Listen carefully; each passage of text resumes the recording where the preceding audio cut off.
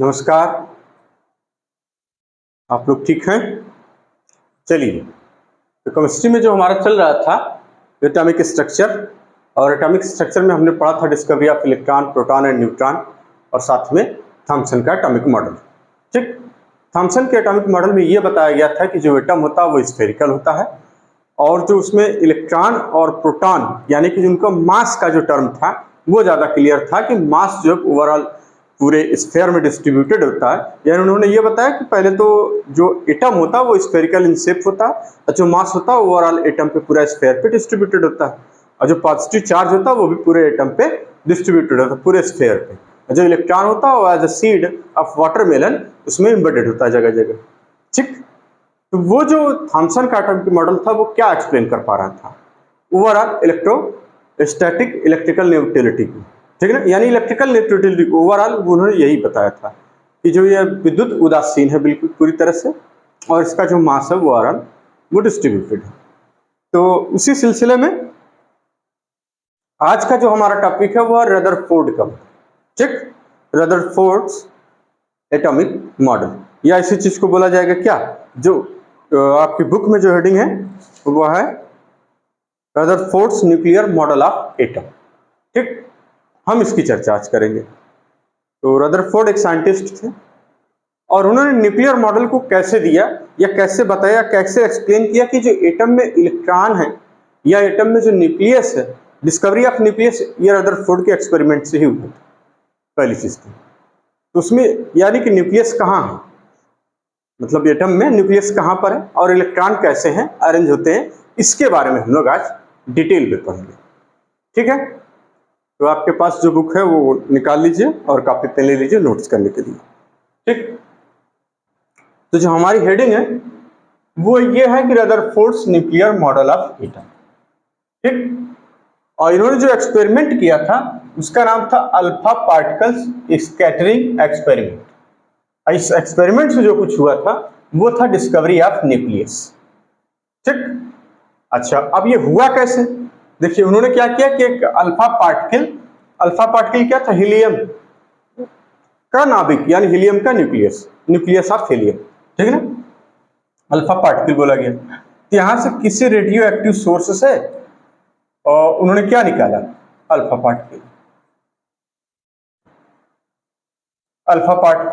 जब ये alpha particle यहां से एमिट हुए तो लेड की प्लेट से इसको और कंसंट्रेट कर दिया गया, यानी कि सीधे स्ट्रेट लाइन चले, और उसके बाद यहाँ गोल्ड फॉइल लगाई गई, और इस गोल्ड फॉइल पे कहा गया कि ये जो गोल्ड फॉइल है ये 100 नैनोमीटर की है, और यहाँ पर इस तरीके से कुछ ऐसे यानी सेमी सर्कुलर या समझ लीजिए कि सर्कुलर, इस तरीके से क्या लगा दिया उन्होंने, एक स्क्रीन, और उस स्क्रीन पर जो कोटिंग करी गई वो थी जिंक सल्फेट की, और ये फ्लोरेसेंट मटेरियल था। ठीक, फ्लोरेसेंट मीन्स होता है जिस पर ये रेस टकराएंगे तो चमक उत्पन्न होगी, यानी वो एकदम बिल्कुल फ्लैश, यानी कि छोटे छोटे फ्लैश दिखाई देंगे। ठीक है, आपको एक चमक दिखाई देगी। ये था एक्सपेरिमेंट। दरअसल अब ये आप सोच रहे होंगे कि ऐसे कैसे, देखिए यहां पर क्या लगाया उन्होंने, यहां पर रेडियो एक्टिव सोर्स, ये प्लेट, और ये ऐसे बिल्कुल ऐसे ऐसे ऐसे, ये ऐसे यहां से निकली और यहां से गुजरते हुए, और ये गोल्ड फॉइल रखी गई है 100 नैनोमीटर की। अब एक बात आप समझिए, यहां लिखा हुआ 100 नैनोमीटर, कुछ नहीं लग रहा कि बहुत ज्यादा छोटा, आंख से दिखेगा नहीं, इतना बड़ा हमने बना दिया है, अब बुक में भी इतना बड़ा बनाया हुआ। भाई साहब, आपकी आंख 10⁻³ बहुत लोगों की देख लेती है, इसको बोलते हैं 1 mm। अगर यहाँ पर 10⁻⁴ हो तो बहुत कम ऐसे लोग हैं जिसको इसको देख पाएंगे, है ना। 1 मिलीमीटर तो सभी लोग देख लेते हैं, इसमें कोई दिक्कत नहीं, कुछ चश्मा लगा के देखते हैं, कुछ नहीं भी। लेकिन 10⁻⁴ कुछ लोग देख पाएंगे, सब नहीं, जिसकी आंख बिल्कुल हेल्दी है, बिल्कुल स्वस्थ चकाचक खाए पिए हैं, वो देख पाएंगे।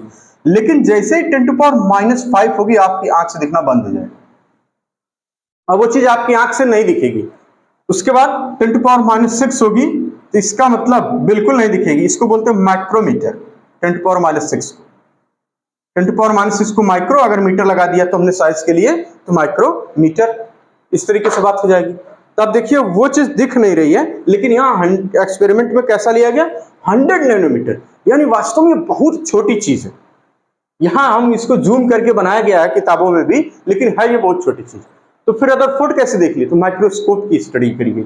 ये सब माइक्रोस्कोपिक है, क्यों, क्योंकि हम इलेक्ट्रॉन, प्रोटॉन और न्यूट्रॉन की बात कर रहे हैं, और वो उनकी साइज वाकई में बहुत छोटी होती थी। छोटी मतलब एकदम बिल्कुल स्मॉलेस्ट साइज जिसको कहते हैं, वो थी वहां पे। तो ये एक्सपेरिमेंट को ये ऐसा समझिए कि ये जूम एक ऑब्जर्वेशन की तरह बनाया गया। ये जो यहाँ पे पिक्चर बनाई गई है आपकी किताब में, और यहाँ ये सब एक ऑब्जर्वेशन पिक्चर है ना, एक थ्योरेटिकल है, पिक्चर है। इसके एक्सपेरिमेंटल स्टडी अगर आपको करनी होगी तो हायर लेवल की एजुकेशन आपको करनी पड़ेगी, वहां पर मिलेगा। तो 100 नैनोमीटर वाकई में बहुत छोटी चीज है, बिल्कुल। वो 100 नैनोमीटर गोल्ड फॉयल, मतलब आप सोच सकते हैं कि आपका जो ये पेज है वो 10⁻⁴ से 10⁻⁵ के बीच का होगा, या 10⁻⁴ से 10⁻⁵ के बीच का होगा। अब सोचिए कि इसका भी 100वां भाग, मतलब यानी 100 नैनोमीटर होगी। सोचिए कि इसमें हमें कितने अभी पार्ट करने होंगे, 10⁹ पार्ट करने होंगे। यानी एक जो आपका पेज होता है उसमें भी अभी पहले तो 10⁻⁹ पार्ट, सोच रहे कितना बड़ा, उसके बाद उसका वो हिस्सा। तो वाकई में बहुत छोटी बात है, मतलब बात बहुत बड़ी है, लेकिन ये बहुत ही स्मॉल, बहुत ही माइक्रोस्कोपिक लेवल पे गए हैं इस एक्सपेरिमेंट को लेकर रदरफोर्ड। तो वहां से ये बातें आई। तो यहां पर क्या, क्योंकि जब ये हमारा इतना छोटा रहेगा इतना पतला होगा, इतनी इसकी साइज इतनी कम होगी, इतनी कम होगी ये यहाँ पे, तो एकदम बिल्कुल एक फॉल क्या होगा, यहां से जो रेज निकलेंगे, रेज भी बिल्कुल देखिए इलेक्ट्रॉन प्रोटॉन की साइज के बराबर होगा, थोड़ा सा बड़ा, लेकिन साइज लगभग प्रोटॉन की ही बराबर होगा। ये यहां से इसको क्या करेगी, इसको भेद के निकल जाएगी। इसको क्या करेगी, इसको यहां से इसको इस तरीके से इसको क्या करेगी, भेद कर निकल जाएगी, है ना, इसको पार कर जाएगी वहां आराम से। ठीक, अब चूंकि ये गोल्ड फॉयल है तो ये एटम से बनी होगी, बिल्कुल एटम से बनी होगी। एटम का अरेंजमेंट भी इसमें देखिए कहां माइक्रो लेवल का होगा, एकदम माइक्रोस्कोपिक लेवल के एटम के अरेंजमेंट भी होंगे इसमें, है ना, माइक्रोस्कोपिक लेवल के। तो इसी स्टडी को रदरफोर्ड ने किया और बहुत सारी बात बताई थी। ठीक, तो इसको हम रफ कर रहे हैं, यहां वाला ये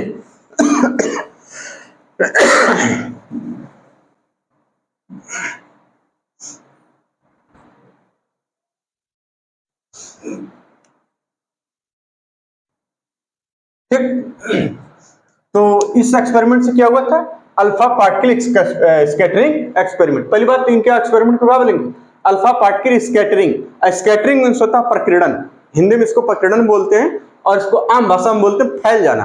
और ये फैलेगा कैसे, किसी से टकरा कर। ये जो रेज है, आप इसको अगर जूम करेंगे तो आपको ये लगेगा, ये जो दिख रहा है ना, ये अल्फा पार्टिकल, दरअसल ये इस तरीके से इस तरीके से इस तरीके से इस तरीके से, यानी ये इतना ये ऐसे चिपकाया गया, ये इस तरीके से, ये अल्फा पार्टिकल ऐसे चल रही है।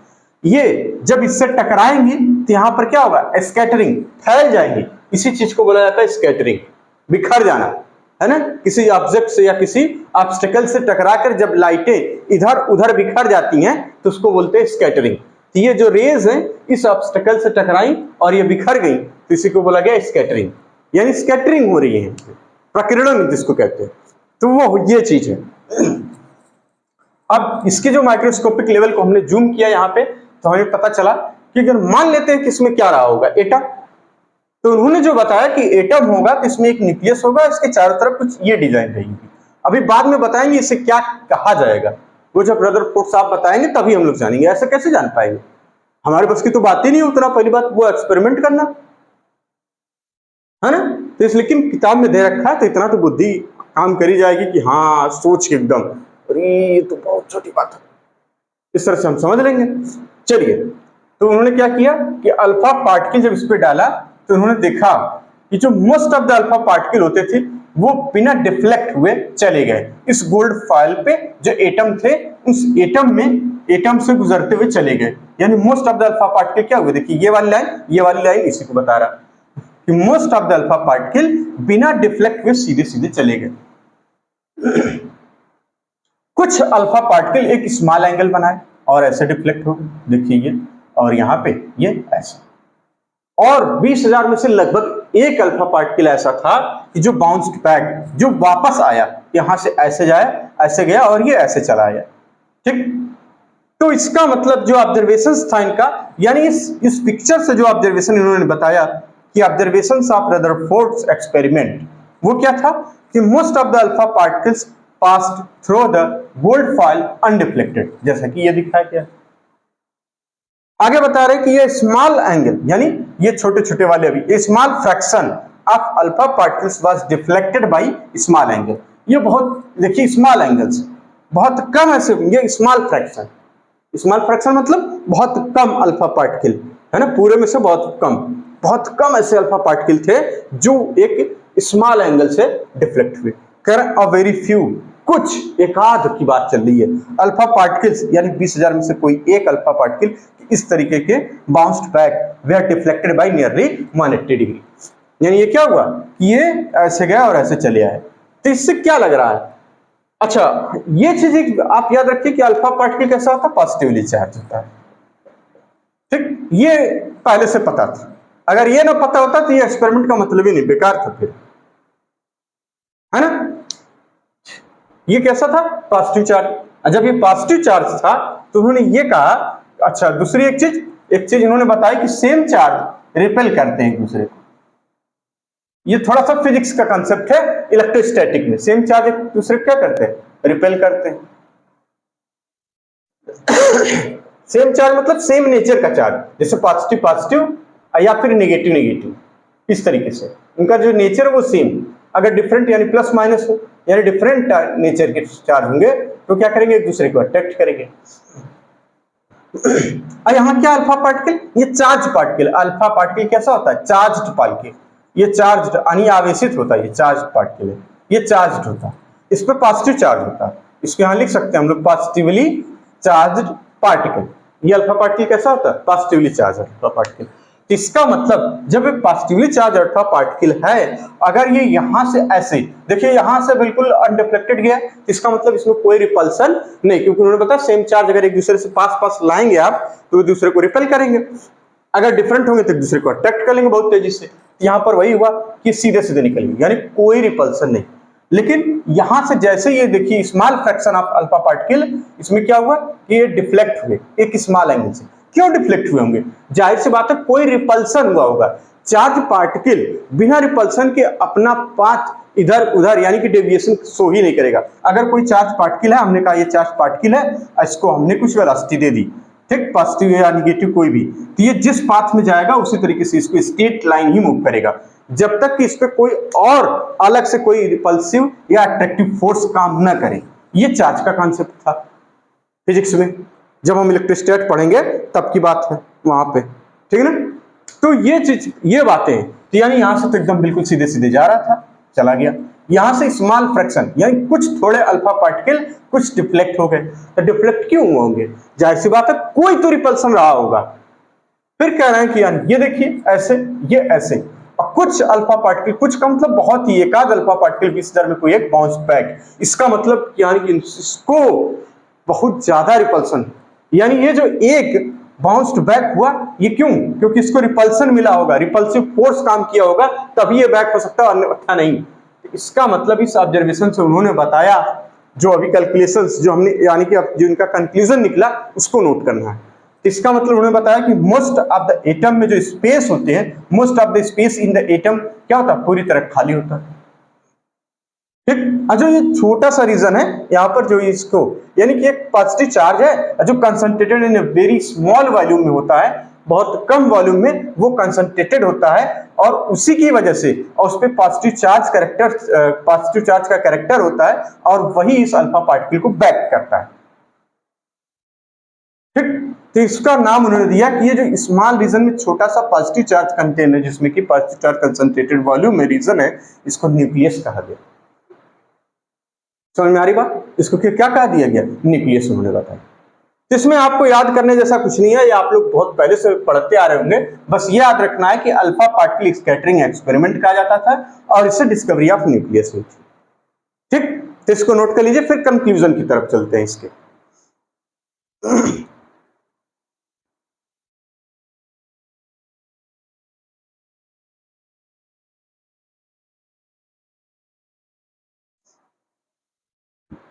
चलिए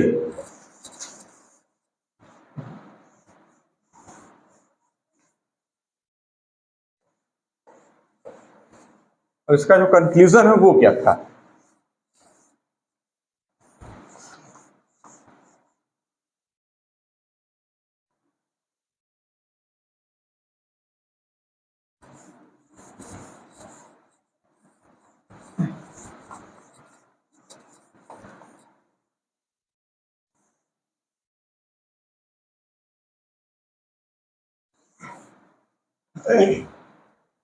हेडिंग डालिए, conclusion of Rutherford's experiment. Conclusions of Rutherford's experiment. एक एक कंक्लूजन वही हमने जो अभी बताया वही हम लोग अभी करते जाएंगे बस, ठीक है। रदरफोर्ड के एक्सपेरिमेंट्स का जो कुछ कंक्लूजन था उसको देखते हैं। नंबर 1, पहली बात इन्होंने क्या बताई कि most of the space in the atom is empty. ऐसा क्यों? क्योंकि भैया ज्यादातर अल्फा पार्टिकल कैसे चले गए थे? अनडिफ्लेक्टेड। तो इसी बात को लिख लीजिए फट से, मोस्ट ऑफ द स्पेस, लिखिए यहां पर, most of the space in the atom, ठीक है, इज एम्प्टी। एम्प्टी मतलब होता है खाली स्थान, ठीक है ना, खाली है। बिकॉज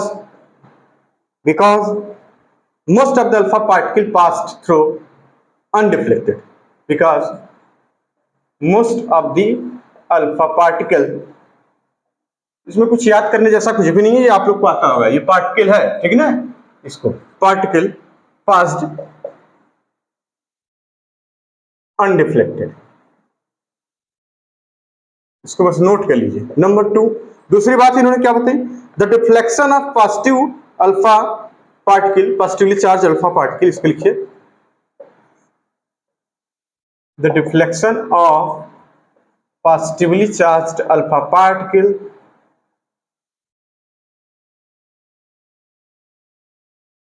बात समझ रहे हैं, positive charge alpha particle is due to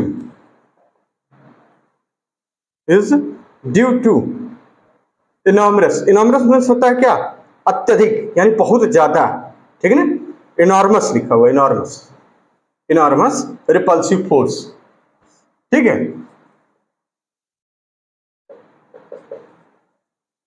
repulsive force। इसका मतलब ये क्या बताता है? तो आगे इसमें लिख देंगे इट सो दैट, ये क्या बता रहा है? इट सो दैट जो positive charge of atom is not spread through, ये देखिए यहां टी आर, ठीक है ना, थ्रू, TROUGH, ठीक है, इसको सही कर लीजिएगा, थ्रू द एटम। अभी बता रहे इस लाइन का मतलब क्या था। As the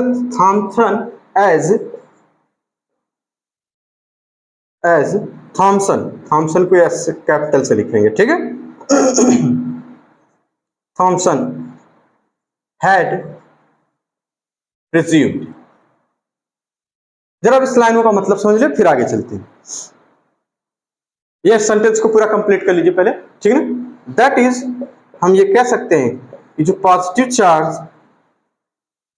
ठीक, इज एकदम सेम एनसीईआरटी की भाषा है, और वही हमें लिखना भी अपने नीट के लिए, ये भी ध्यान रखिएगा, ठीक है ना। जहां कुछ ऐसा आएगा हम खुद ही बता देंगे कि आपको इसमें ये याद रख लेना है। Is concentrated in a very small volume,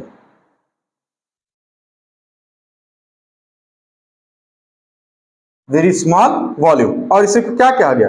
called nucleus. इसे को क्या किया गया? न्यूक्लियस। इसको न्यूक्लियस कहा गया।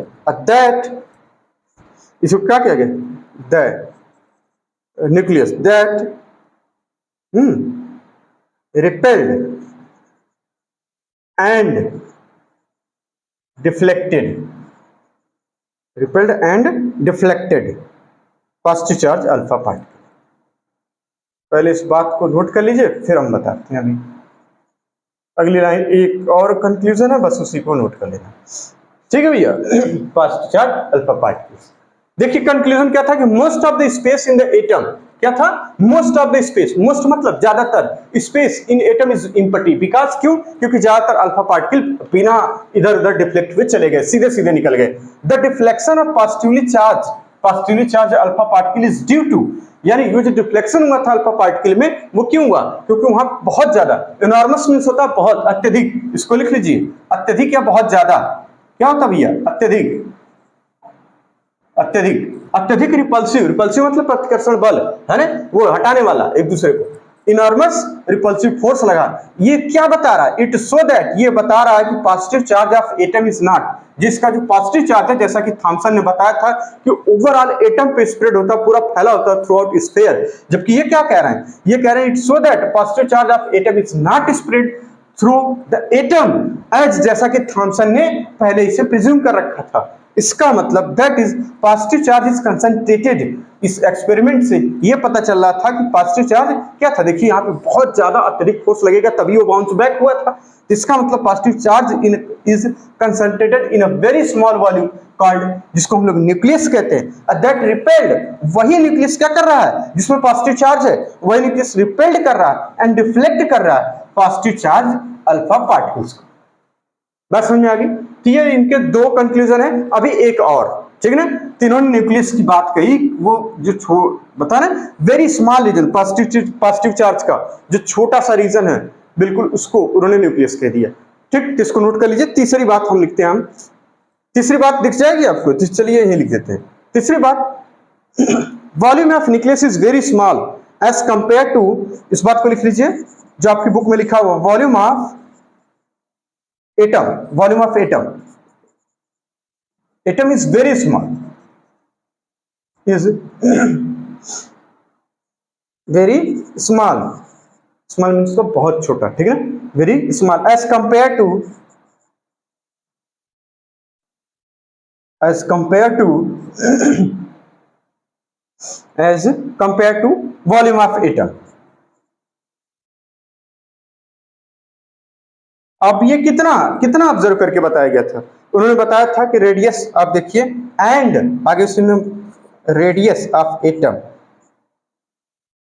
एंड जो रेडियस थी एटम की वो कितनी थी, रेडियस ऑफ एटम, ये तो वो भैया ही बता के चले गए थे, क्या नाम था उनका, थॉमसन, 10⁻⁻10 मीटर ये था, या इसी को क्या बोलेंगे 1 एंगस्ट्रॉम, पीछे वाले में हमने एंगस्ट्रॉम को ये की जगह ये लगा दिया था, आप समझ जाइए, समझदार होंगे तो समझ गए होंगे, ठीक है ना। और दूसरी चीज रेडियस ऑफ जो न्यूक्लियस था, इसको उन्होंने बताया कि 1 फर्मी 10⁻15 मीटर, या इसी को बोला जाएगा 1 फर्मी, ठीक, 1 F, ठीक, तो ये बात इन्होंने बताई थी, इसको नोट कर लीजिए, फिर आगे चलते हैं।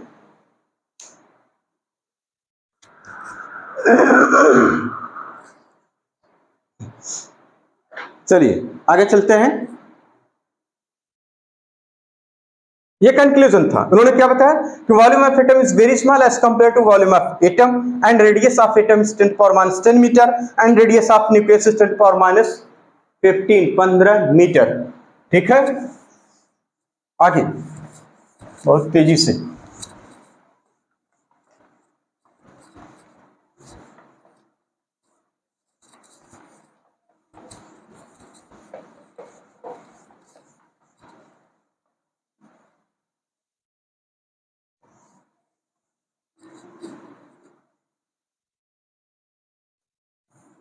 चलिए अगली बात, न्यूक्लियस इज सराउंडेड बाय, ये सबसे इंपॉर्टेंट बात तो इन्होंने यही बताई थी, बात 4 है या 5 जो भी बातें हैं, चौथी है शायद, हाँ सबसे इंपॉर्टेंट यही बताई थी इन्होंने। ये क्या था कि nucleus is surrounded by electrons, ठीक है ना, ये जो न्यूक्लियस है वो कैसे, न्यूक्लियस इज सराउंडेड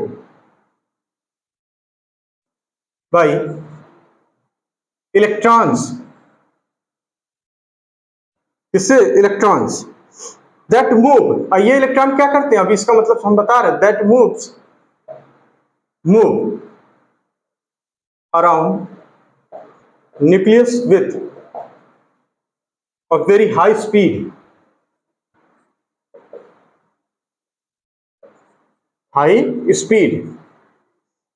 इन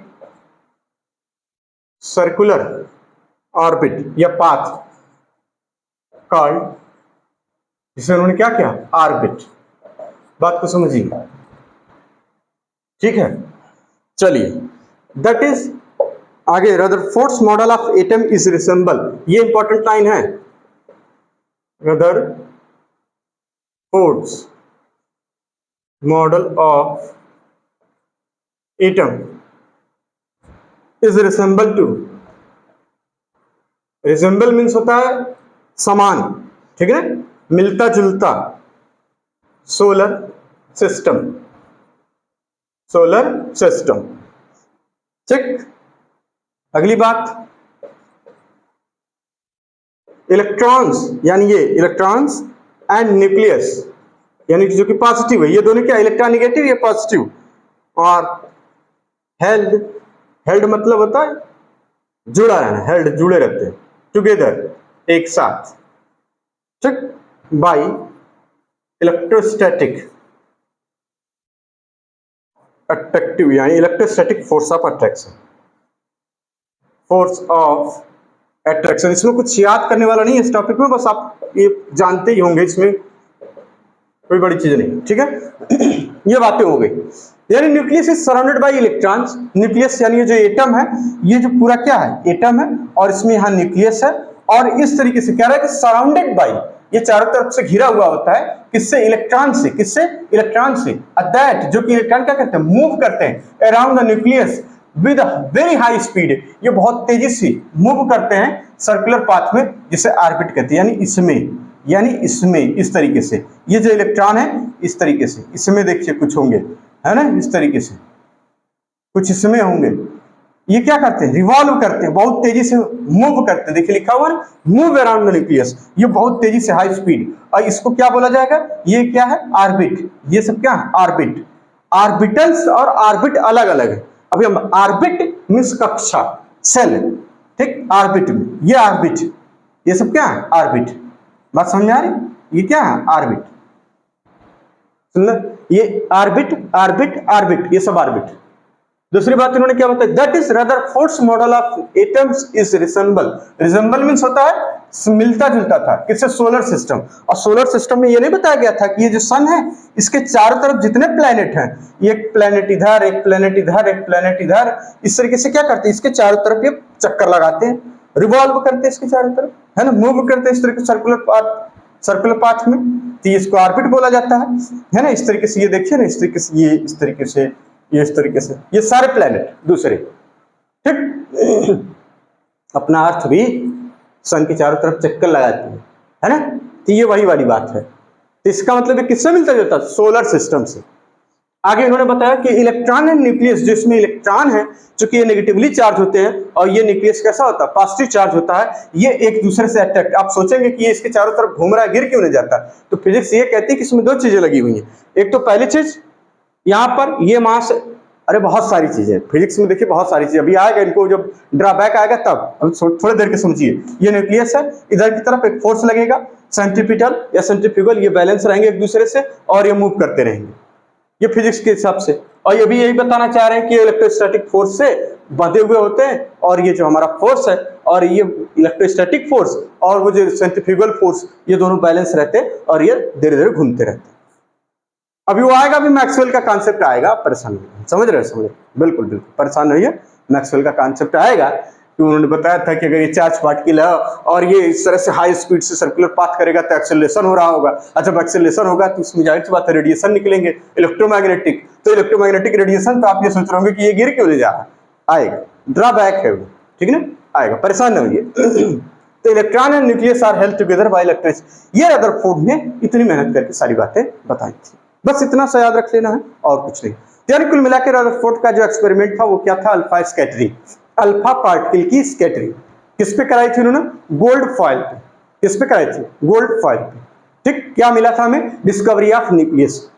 पहली बात इन्होंने क्या बताई थी, most of the space in the atom was empty, ठीक। दूसरी बात, जो कि पॉजिटिवली चार्ज अल्फा पार्टिकल क्या थे, बाउंस बैक, वो उसमें क्या हुआ, रिपल्सिव हुआ, वो बैक हुए या स्मॉल एंगल से गुजर गए इधर उधर, और बहुत कम 20,000 में कोई एक अल्फा पार्टिकल क्या हुआ, बैक हुआ, क्योंकि वो हुआ क्यों, क्योंकि जाहिर सी बात है कि वहां पे पॉजिटिवली चार्ज रीजन होगा जो कि स्मॉल वॉल्यूम में कंसंट्रेटेड होगा, और उसी की वजह से जो अल्फा पार्टिकल का चार्ज उसमें रिपल्सन हुआ होगा और ये वापस बैक हुआ होगा। इनके कंक्लूजन कुल 4-5 थे। पहला तो यही था कि उन्होंने पहली बात क्या बताई कि तो मोस्ट ऑफ द स्पेस जो एटम है वो एम्प्टी है, क्योंकि most of the alpha particle pass हो गए बिना डिफ्लेक्ट हुए। दूसरी बात इन्होंने बताई कि the deflection of positively charge alpha particle is due to enormous repulsive force. और ये रिपल्सिव फोर्स कौन कौन लगा रहा था, किसकी बात कर रहे हैं कि it's so that the positive charge of atom is not spread from, जैसा कि थॉमसन ने बताया था पूरे एटम पर वो डिस्ट्रीब्यूटेड नहीं होते, पूरे एटम पर स्प्रेड नहीं होते। उन्होंने तो कह दिया था कि वाटरमेलन के टाइप में जैसे उसका जो पॉजिटिव स्फीयर है उसमें जगह जगह जगह इलेक्ट्रॉन लगे होते हैं, जबकि इन्होंने ऐसा नहीं बताया, यह अपने एक्सपेरिमेंट से शो किए कि ऐसे ऐसे होता है।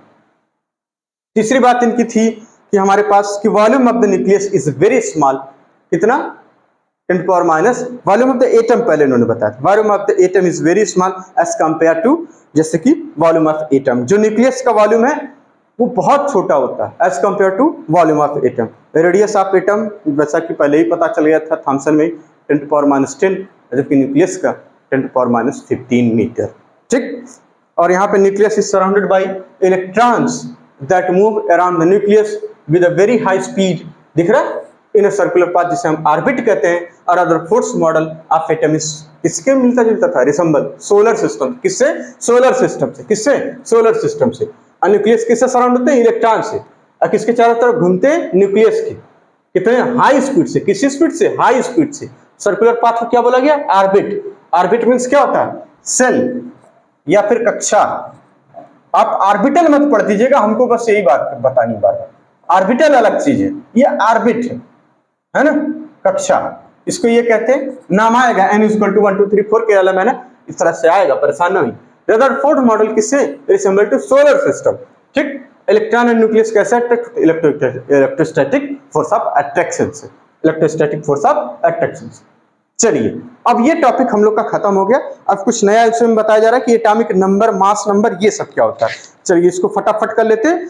और यहां से कोई अब जो पढ़ेंगे हम लोग, इससे देखिए अब तक जितना हमने एटॉमिक स्ट्रक्चर में पढ़ा, पहले तो ये डाल्टन से एटॉमिक थ्योरी पढ़ी, उससे एक सवाल आया जेईई मेंस में 2020 में। उसके बाद discovery of electron, discovery of proton and discovery of neutron, इससे अभी तक कोई सवाल नहीं आया थॉमसन एटॉमिक मॉडल से, न जेईई मेंस में पूछा गया न नीट में पूछा गया। उसके बाद रदरफोर्ड के एटॉमिक मॉडल से भी नहीं पूछा गया। कुछ नोट्स लिख लीजिए, उसके बाद आगे चलते हैं। ठीक, चलिए लिखिए, इसको रफ करते हैं।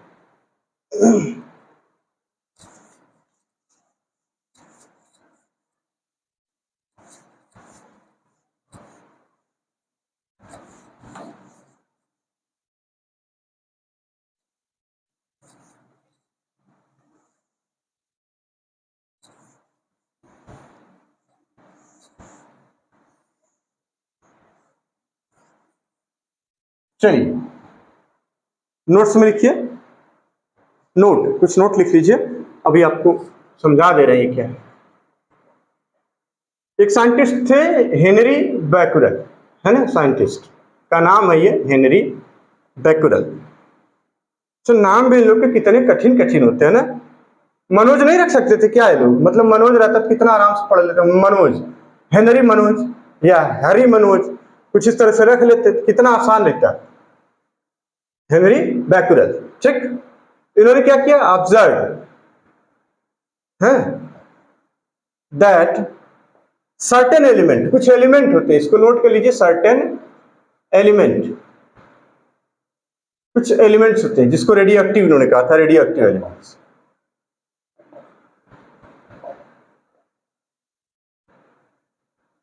ये एलिमेंट्स क्या करते हैं, emit radiation, elements emit radiation on their own, अपने आप, ठीक है भैया, दियर ओन, अपने आप ये क्या करते हैं, रेडिएशन एमिट करते हैं। हेनरी बैकुरल एक साइंटिस्ट थे जो इन्होंने ऑब्जर्व किया कि कुछ एलिमेंट हैं जो एमिट कर रहे हैं रेडिएशन, रेडिएशन का मतलब होता है रेज का निकलना, ठीक है, emit radiation on their own, अपने आप। और इस फेनोमेना को इन्होंने क्या किया, फेनोमेना को जो उन्होंने नाम दिया ये एरो, ठीक है ना, फेनोमेनॉन, क्या नाम दिया, फेनोमेना क्या दिया इन्होंने, रेडियो एक्टिविटी, और उस एलिमेंट को क्या बोला? Radio active elements, radio active T, हाँ ये है रेडियो एक्टिविटी, वो है रेडियो एक्टिव एलिमेंट्स, ठीक है। इस रेडिएशन में 3 काइंड की रेट्स थी, इसको लिख लीजिए। जो ये रेडिएशन इन्होंने ऑब्जर्व किया था, बस वो मेन बात हम बताना चाह रहे हैं, वो क्या है। 3 काइंड की रेडिएशन थी इसमें। कौन कौन से? अल्फा, बीटा रेस और गामा रेस। जो अल्फा रेस या अल्फा पार्टिकल थे, इस पे क्या था? 2 unit positive charge and 4 unit का मास, 4 यूनिट एटॉमिक मास, ये था इस पे, ठीक है। ये था न्यूक्लियस, किसका न्यूक्लियस? हीलियम का। इसको नोट कर लीजिए, आएगा कभी क्वेश्चन में नहीं आएगा तो, लेकिन आगे जब पढ़ेंगे तो वहां यूज होगा ये, ठीक ना। और ये कैसा था? नेगेटिव चार्ज, ये नेगेटिव चार्ज पार्टिकल, हालांकि पॉजिटिव और नेगेटिव दोनों होता है, लेकिन यहाँ पे एक ही लिया गया। फिजिक्स में हम लोग पढ़ लेंगे जब रेडियो एक्टिव पढ़ेंगे तब, ठीक। पार्टिकल ये किसके? इलेक्ट्रॉन के इक्वल होता है। ये किसके बराबर होता है? इलेक्ट्रॉन के, इलेक्ट्रॉन के बराबर होता है, ठीक।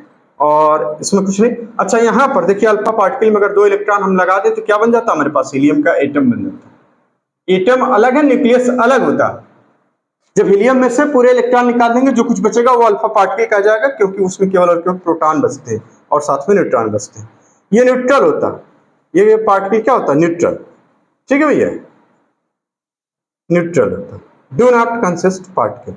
और साथ में इसमें पार्टिकल नहीं होता, डोंट यार डू नॉट जो लिखा वही लिखिएगा, काबिल बनने की जरूरत नहीं है। डू नॉट कंसिस्ट, कंसिस्ट का मतलब होता है रखना, ठीक है ना, पार्ट। पेनिट्रेटिंग पावर अगर आपसे पूछी जाए, एक एग्जाम में बहुत पहले पूछी गई थी, पेनिट्रेटिंग है ना, पेनिट्रेशन पावर या पेनिट्रेशन। तो ये जो सबसे हल्का होता है ये वाला, उसकी पेनिट्रेटिंग पावर सबसे ज्यादा, और जो सबसे भारी होता है उसकी पेनिट्रेटिंग पावर सबसे कम। ये पार्टिकल में भाई मास अगर हम बढ़ा लेंगे तो वो ज्यादा तेजी से थोड़ी चल पाएगा, है ना, वो बहुत धीमे धीमे चलेगा। और बिल्कुल हल्का रहेगा फिर तूफान ले, है ना, तो वहां पे ये हो जाएगा। इसको नोट कर लीजिए, फिर आगे चलते हैं, ठीक है। इसको नोट कर लीजिए।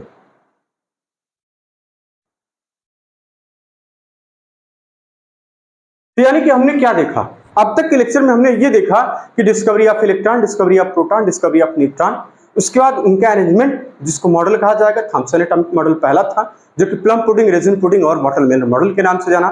थॉमसन ने ये बताया कि ये स्फेरिकल इन शेप होता है, और स्फेयर का जो वॉल्यूम था, साइज था, उन्होंने पहले से ही बता रखा था कि 10⁻10 मीटर यानी 1 एंगस्ट्रॉम होता है, ठीक।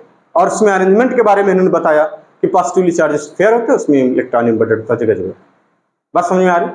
ओवरऑल इलेक्ट्रिकल न्यूट्रलिटी को ये फॉलो कर रहा था, और मास का जो एलिमेंट था वो पूरे स्फीयर का था। नोबेल प्राइज भी थॉमसन को इसीलिए मिला था, ठीक है ना। तो फिर उसका रदरफोर्ड आया, कहे कि ऐसा कुछ नहीं होता, भले प्राइज ले गए हो वो अलग बात है, लेकिन है तो चीज दूसरी।